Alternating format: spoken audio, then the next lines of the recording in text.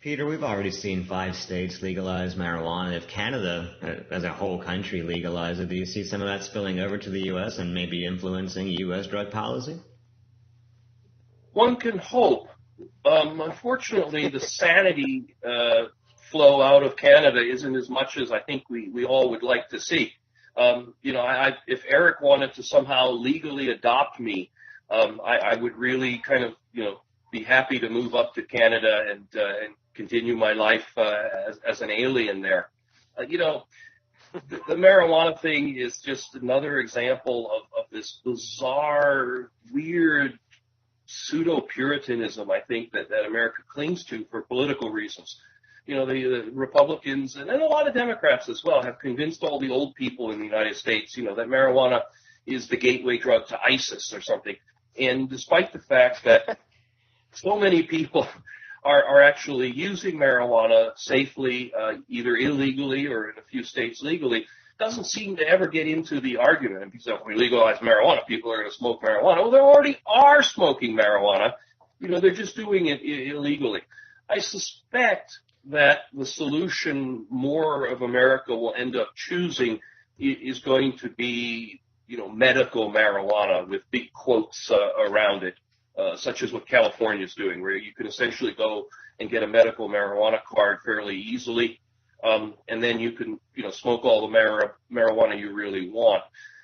That seems like a path that's palatable to more Americans than Colorado-style legalization. We're also seeing a few moves towards so-called decriminalization. Technically speaking, here in New York City, if you've got a small amount of marijuana and you're not selling it to someone, you're not giving it to children and things like that, the police are supposed to only give you a traffic ticket, if even that. Now, it doesn't work, of course, because if you're African-American, they beat the crap out of you for the same reason. But I don't think that's going to change regardless of the laws. So hopefully America will gain a little sense on some topics, and marijuana seems like an easy one for us to just push aside so much silliness, the jamming up of our legal system, our court system, the idea that we spend so many law enforcement resources chasing down people for using recreational amounts of marijuana. I mean, I'm incredibly drunk right now, and it doesn't seem to matter. I mean, the idea that I couldn't drink as much as I want to the point where I endanger myself, others, what have you. I mean, basically, as long as I don't get behind the wheel of a car or urinate on the sidewalk, nobody seems to particularly care about that. And the discrepancy between drugs like alcohol and drugs like marijuana, hopefully, particularly as younger people move up into political ranks, hopefully that will catch on. We'll see. Well, on the complete other end of the spectrum, Richard Branson posted a document this week that the UN plans to call on world leaders to decriminalize all drugs to reduce prison overcrowding and provide people the help they need instead of, jailing them. Do you think this is reasonable? Do you think that the UN will actually get governments to decriminalize all drugs, Peter? No. And I think, this is one of those things that people like Richard Branson, they use this as an opportunity to get an idea out there, and then they propose something big and radical so people talk about it. Richard Branson. I mean, this is the UN Office of Drug Policy. Yeah. They get it out there, they get people talking about it, and they hope that while they don't expect every country to take 100%, maybe they can get some countries to take 80, some countries to take 50, buy into it in different ways. Caution that this will act in exactly the wrong way inside the United States, because if there's anything America doesn't like, it's foreigners telling us how to run our lives, and especially foreigners like the UN. So I suspect that this will not help the debate in the United States. It'll just give the anti-marijuana people another thing to point out that, foreigners are telling us to take drugs here in America. It's part of a new takeover plan.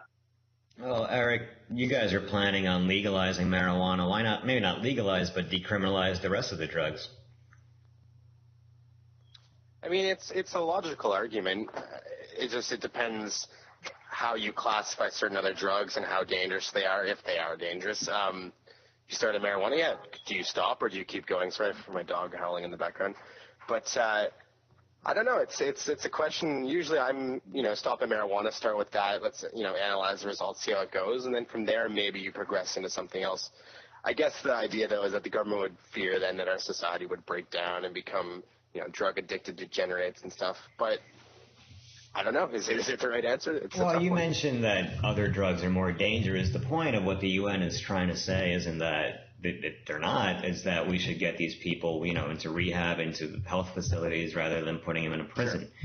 I mean, we've seen some. And I guess the problem with that is that we lack the appropriate rehab resources on a large scale to process all those people. That is a good point, that we should be rehabbing them, and I absolutely agree. But do we have the resources to do that? No, we have trouble.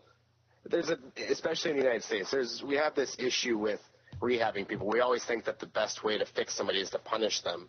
And this happens, you can tap into the school shooting things where we think that, we should punish these people, put them in jail, but maybe these people needed some kind of help beforehand, psychiatrist or somebody to talk to, right? Same thing with the drugs. It's better to rehab somebody, but we see that as like a weak option. I don't know if it taps into the idea of manlyhood or something, that rehab is for the weak. But yeah, it's absolutely a resource that we need to develop if we want to legalize drugs on a large scale. Well, Peter, forget decriminalization for a second. How about just the way that we address drug crimes in this country? We spend so much. We have 2.5 million people in jail. A huge majority of them are on non-violent drug crimes. Shouldn't we reallocate some resources? And as Eric said, we don't have enough. Shouldn't we reallocate and create more of these rehab facilities, mental health facilities? Absolutely. You look at the system here in the United States, and it's very difficult to conclude that it's accomplishing anything close to the so-called goals. The theory of law enforcement is that you will have people follow the law, and our society will be better because we're not running around committing crimes against each other. Well, the United States has the largest prison population in the world. We spend the most money on it, and it is the most violent prison system that I'm aware of anywhere in the world. Basically, if all the people in prison in the United States were a city, it would be the largest city in America, certainly the most violent. So it's very hard to argue that whatever we're doing is accomplishing anything close to the goals that we say it's supposed to. It just isn't working. And so when that happens, you start to look for other options. One option absolutely is to have a parallel program of rehab and a parallel program of mental health care, and some kind of thing along the line of sort of enhanced social work, I guess would be the case. My daughter teaches school in a impoverished area of New York City here, and she's teaching kids who are 10, 12 years old, who have no idea how to live, forgive me for the words, but a normal life. They have been raised in such difficult circumstances where their role models are people who go to jail, who sell drugs, who commit crimes around them. Their neighborhoods are like that. They really don't have a sense of how to live a normal life, and most of them end up in contact with law enforcement. In addition to making sure they don't become drug users, we need to have a path for them that says, here's how life can work for you if you play along. We essentially dump that onto the school teachers and say, oh, by the way, in addition to teaching Shakespeare and the causes of the Civil War, try to tell them how to live their life in a way that fits in with society. It's impractical. You go to jail, you come out of jail, you go back to jail. If I can interject too, we as a society need to be willing to integrate these people by offering them jobs. Right now, so many jobs will not hire you if you have a past record. Let's say, you went to jail for small marijuana possession. Well, that pretty much throws you out of becoming a teacher, throws you out of ever getting into law enforcement. You can't do any of those jobs anymore, and that's such a minor charge to drag your life down on. So, not only is the justice system a problem, but we demonize these people when they maybe didn't commit a violent crime. And it's more than just jobs like that. I've written about this. When I lost my job at the State Department, I worked a number of minimum wage jobs, and all of them did background checks and were very clear. If you have a felony conviction, you can't lift boxes in our stockroom. Most of them had drug tests as well, and if you tested positive for marijuana or any of the other so-called illegal drugs, you can't sweep the floor in our building. And so, as you pointed out, you are taking essentially millions of people in the United States and making them unemployable, and then wondering why they end up going back and committing crimes. The pattern here is kind of clear, and that usually says you want to do something different, but we seem to be unable to reach that solution politically. Well, maybe there's just no will. Peter, this week you wrote a piece called "Our Prisons Are Us." What do our prisons say about us as a society? Well, nothing particularly good, I'm afraid. I mean, we've covered a lot of these points here. Our prisons are violent places, and we have inmates committing violence on inmates. We have guards committing violence against the inmates. These are terribly violent places where we educate our criminals well to be more criminal, where we allow the gangs to run the interior of the prisons.